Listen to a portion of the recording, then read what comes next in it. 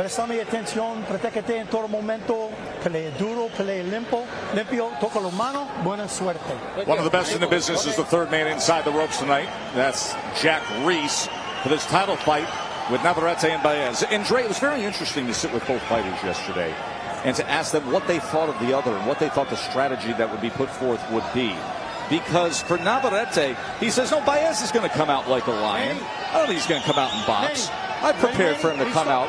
Meanwhile, Baez says, no, I plan on coming out and boxing. If I go to war with him, it's not going to go my way. Man, it should be interesting. We're getting ready to find out.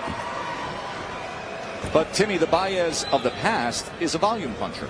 He is a volume puncher, but in his last time out, he did show that he can box from the outside. That's how he got the victory. But look at the size difference. Look at Baez. He's fought at 118. He's fought at 122, 126. Whereas you have Navarrete, you can see how filled out he is. Listen, you do this as long as we've done this, and your eye just knows. But the guy I'm looking at right now, I struggle to believe will be fighting at featherweight much longer. I talked to him in the fighter meetings about it. He said that one day I'll get a nutritionist, just not right now. He says, I enjoy eating what I eat, and it hasn't been a problem. We will see. Question that's always looming over a Navarrete fight is this the night that the mistakes catch up, the bad habits outside the ring? No. That's always the lingering question. And then there are, the non-conforming technique and fundamental stuff inside the ring. Baez says, he sees his fundamental flaws, his defensive flaws and offensive opportunities to get after Navarrete. Like that. That's what Navarrete does. Just floating off to the left and throwing that left hand. Joet Gonzalez is the latest fighter to have gotten Navarrete's respect. Yes. And he told us that in the fight. He admitted he got hit with a lot of shots. He felt the shots. And he said that Joet was dirty, but Joet fought a good fight in that fight. It just wasn't quite good enough. That was right here in this arena, in this ring, October 15th of last year, 12-round unanimous decision. Gonzalez had to deal with a cut under his left eye that started early in that fight as well. Tim, I don't think what Baez means by I'm going to be outboxing Navarrete is that necessarily he's going to be moving around the ring. He's got those hands up tight. He's respecting the power of Navarrete. I just think he means he's going to be tighter with the way he goes about things. Check this out. Baez right now is starting to get confident. Navarrete's allowing him to hit him. He's just downloading right now, letting Baez have his way, and then just watch what happens. There he comes with the long looping left hands that we've seen before, and Baez returns fire. And then comes with a sweeping left hand of his own. Good action here at the end of round one. That's how you get your respect. You got to answer the champion.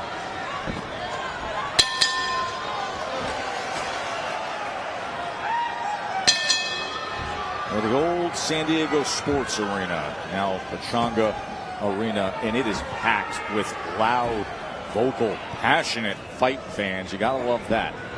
In that first round, slow start, heated up towards the end. Both men landing 11 punches. Baez taking advantage of the guard of Navarrete for a moment, letting the hands go with 5 punches. Look, you got to take into consideration that Navarrete's been out of the ring for 10 months. He's typically used to fighting 4 or 5 times a year. He took a long break, and it's going to take some time to acclimate himself. I would say around 4 rounds, he'll start getting in his rhythm, and he'll start landing shots. Suéltelo, stop. Is known for coming forward, have some sort of game plan. He's thinking in there. Now we'll see if it's enough, but he's giving himself putting himself in position to try to win this fight. Navarrete again flying off the ropes with those 2 left hands. That's something we've never seen anybody do, or at least very rarely, is hit Navarrete to the body. Everybody goes for his head. Nobody touches the body. Baez is doing that in these first 2 rounds. 7 times early on, and then Navarrete himself went underneath with the left hand. There's another left hand to the body from Baez, trying to target that belt line.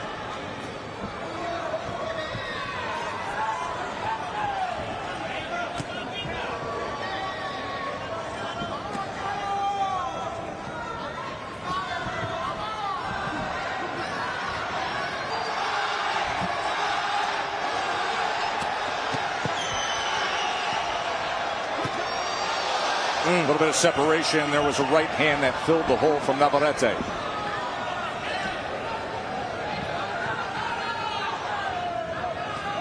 Yeah, but nothing is on those shots. Nothing's on those punches at all from Baez. He's not a big puncher. Should he not throw? Oh, he has to throw. I mean, he's landing combinations. He can win the rounds on points.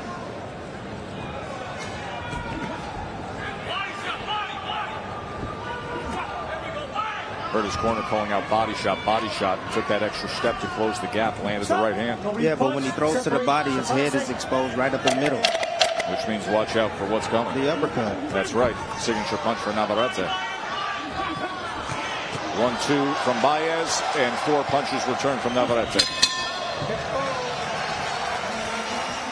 Title challenger Eduardo Baez said, I'm coming in with a set strategy. I trust my prep. Nobody has the style like Navarrete, but I feel like I know what to do. So far, the early game plan is what you see on the screen there with the body shot.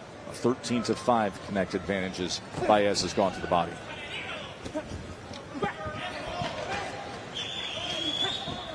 Yeah, Baez sees that loose body Navarrete has, and he's trying to test it. I like how Baez is even punching with Navarrete. Normally, Navarrete gets his engine going and everybody goes on the defense. That's not what Baez is doing. He's punching with Navarrete and he's landing some shots, which ultimately backs Navarrete off and allows Baez to reset.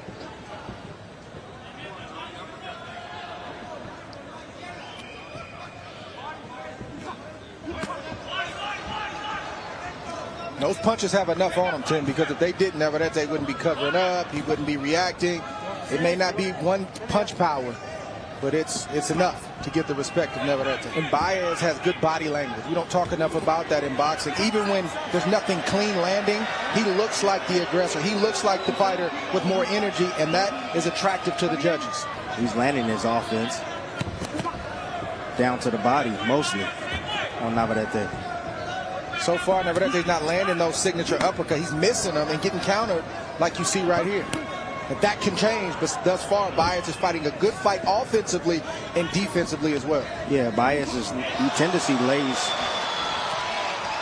Navarrete had his hands down, went straight back, and Baez followed him with that right hand. Yeah, Baez, he typically lunges in with his head, and he's normally over his front knee. Crowd reacting to those left hands. You can see a little bit of range in that reach advantage of Navarrete. There's the left uppercut. Baez smothered Navarrete right there. He didn't want to punch, so he smothered Navarrete, pushed him to the ropes, and now he's getting Navarrete in a position where he can get his shots off. Good sequence right there from Baez.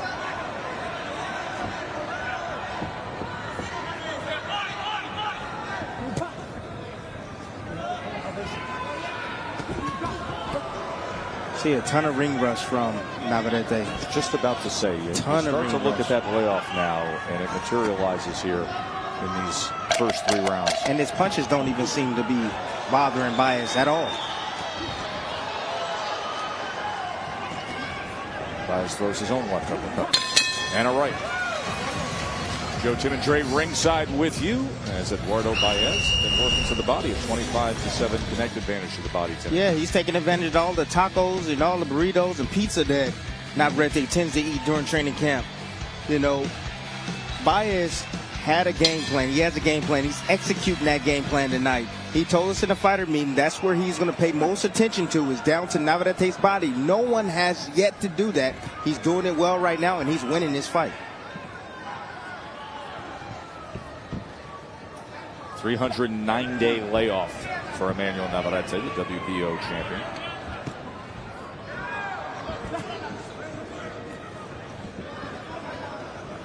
In our fighter meeting, you don't know if that's a good respect or a bad respect. Right now, it's looking like a good respect, the kind of respect that made Baez prepare properly, made him work on his defense, so he wouldn't give Navarrete easy opportunities to land the power. And it's showing here in this fight tonight. Bernardo, I saw you listening into the corner of Emanuel Navarrete. What can you tell us? Well, I spoke to Pedro Navarrete Jr., his trainer, and I asked him precisely about his hand. He says, look, it's a little stinger. He hit him on the top of the head, but it's not injured like it's been injured before. And he said, what I asked him to do is, look, you're missing your shots wildly. I need you to go to the body of Baez, and that'll settle him down. We'll look for that. Navarrete falls in with that right hand. Yes, he did, and he's accustomed, Navarrete, to losing the first couple rounds, getting in the rhythm and stepping on the gas. But when you treat your body outside of boxing the way that Navarrete does, sometimes you hit that gas pedal and that car doesn't move the way you want it to move. And again, it's always a question, is tonight the night? You mentioned how he comes on later, and look at the title fights. 4 knockout wins after round 10, 3 knockouts in the 12th round. He's making Navarrete miss, and you see Navarrete trying to step on the gas just a little bit, but Baez steals the play.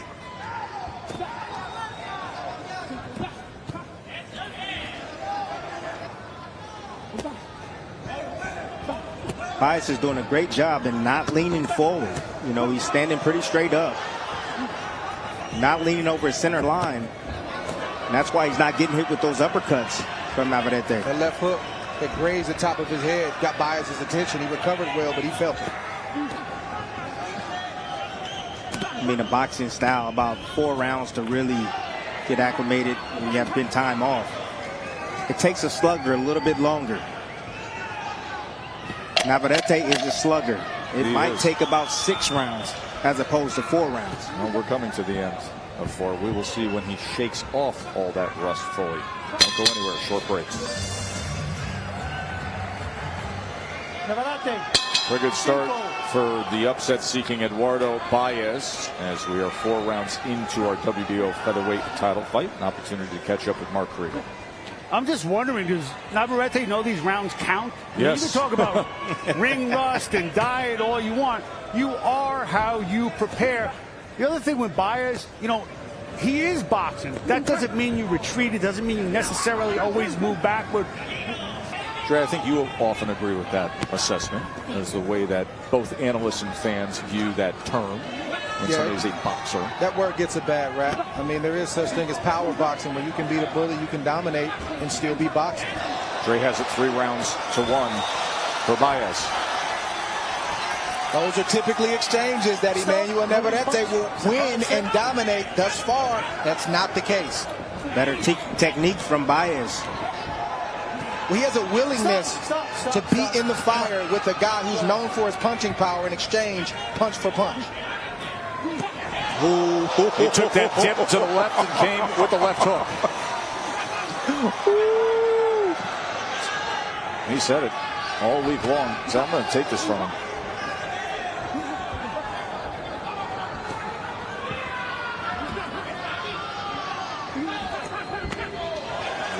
Whoa, nice chopping right hand by Baez, just taking advantage of all the flaws, all the horrible positions that Navarrete likes to get into. Navarrete tried to chase him down with a right hand. Baez is having success because he has a game plan, which is to be smart, have his hands up, not to be reckless. He's also showing the heart and mental toughness to answer Navarrete in key moments and key spots to get his respect. He's taking the shot of Navarrete well, but he's also delivering a good shot. He's not known to be a puncher, but trust me, Navarrete feels those shots to the body and to the head.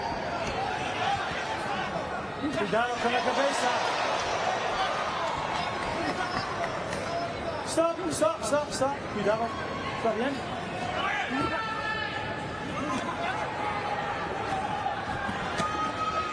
Stop. No. Hey. Pelea.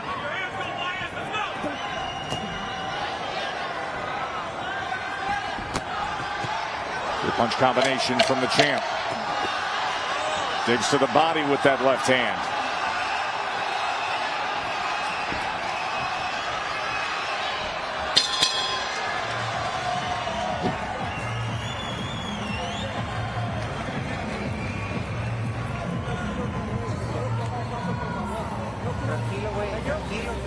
Some of the action between the champ Navarrete and the challenger who's off to a good start, Eduardo Baez, who had a 21-19 connect advantage in that last round, the 5th round. Title defense tonight in our main event. A week from tonight, we will see 2 former world titleists in the main event as Jose Pedraza takes on Richard Comey, and also the top heavyweight prospect in the world, Jared Anderson, will be in action next Saturday night from Tulsa, Oklahoma on ESPN. Navarrete at the start of this round is trying to do Navarrete type of things, just not having the effect that he typically would have. Baez is perfectly poised, watching, Putting that looking, defense on, Dre. seeing everything that Navarrete's throwing, conserving energy, and looking to pick it up as this round goes on. Pedro Navarrete had a sense of urgency in the corner, telling him, look, I need you to have a sense of urgency because this fight is getting away from you. Oh, here it goes. And how quickly things can change.